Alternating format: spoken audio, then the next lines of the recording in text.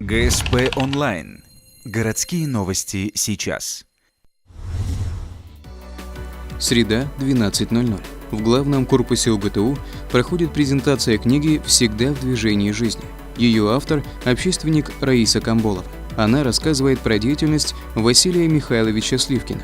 Он был первым секретарем горкома комсомола и директором Ухтинского комбината стройматериалов в 70-е годы. Помимо прочего, Василий Михайлович внес огромный вклад в развитие нашего города.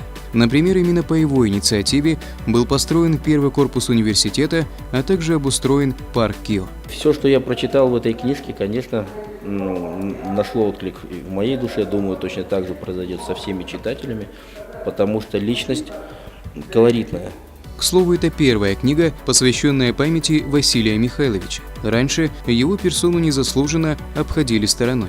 На презентации издания присутствуют ветераны, люди, знавшие его лично, а также преподаватели и студенты-активисты. Забрать себе книгу может любой желающий, но тираж небольшой, всего 200 экземпляров. Главная цель не финансовая прибыль, а память о заслуженном труженике, сделавшем для Ухты столь многое.